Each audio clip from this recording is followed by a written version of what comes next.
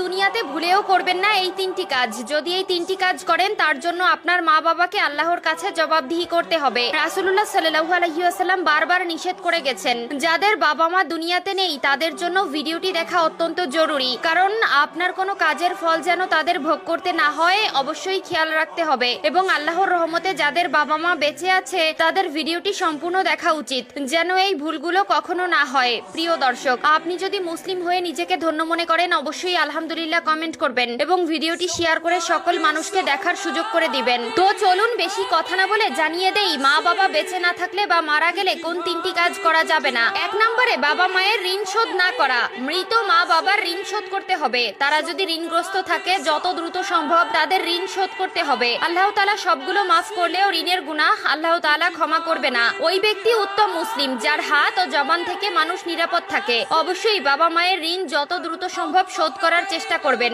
এবং সম্পূর্ণ ঋণ শোধ করে দিবেন। 2 নম্বরে হাউমাউ করে কান্না করা যাবে না। বুখারী শরীফে এসেছে 1226 নম্বর হাদিসে বলা হয়েছে, তাহলে সে মৃত ব্যক্তির কবরে শাস্তি দেওয়া হবে। যদি আপনি হাউমাউ করে কান্না করেন, চিৎকার করে কান্না করেন, অনেকেই গড়াগড়ি করে কান্না করে, অনেকে নিজেকে নিজে আঘাত করে, পাগলের মতন আচরণ করে। খবরদার, এই ভুলগুলো করা যাবে না। আল্লাহ তাআলা আপনার আপনজন নিয়ে আপনাকে পরীক্ষা করবেন। অবশ্যই কষ্ট লাগে যে বাবা মা এত মায়া মহব্বত করে ভালোবাসা দিয়ে বড় করেছেন, সেই মা বাবাকে হারিয়ে ফেললে কষ্ট লাগারই কথা। তাদের জন্য অবশ্যই দোয়া করবেন, চোখের পানি ফেলবেন, কিন্তু হাউমাউ করে বিলাপ করে গড়াগড়ি করে চিৎকার করে কান্নাকাটি করা যাবে না। পবিত্র কোরআনে এই বিষয়ে সূরা বাকারার 53, 54, 55 নম্বর আয়াতে স্পষ্ট করে বলে দিয়েছেন, না জানার কারণে সংসার জীবনে আমরা এমন কিছু ভুল করি যার জবাবদিহিতা আমাদের বাবা মায়ের করতে হয়। তারা দুনিয়ায় বেঁচে থাকতে যেমন আমাদের তাদের উপর দায়িত্ব রয়েছে, ঠিক তেমনি তারা মারা গেলেও আমাদের দায়িত্ব রয়েছে। অবশ্যই 3টি বিষয় সকলে জেনে নেবেন এবং কোনোদিন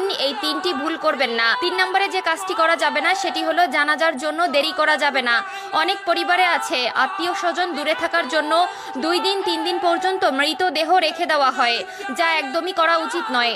যত দ্রুত সম্ভব দাফন করে দিতে হবে। অনেক সময় ছেলে মেয়ে দূরে থাকার জন্য অনেক মা বাবার দেহ 2 থেকে 3 দিন পর্যন্ত রেখে দেওয়া হয়, যেটা ইসলামের বিধানে একদম অযৌক্তিক। হয়তো মানুষ শেষ দেখার জন্য এই কাজটি করে থাকে, কিন্তু আসলে এটা করা উচিত নয়।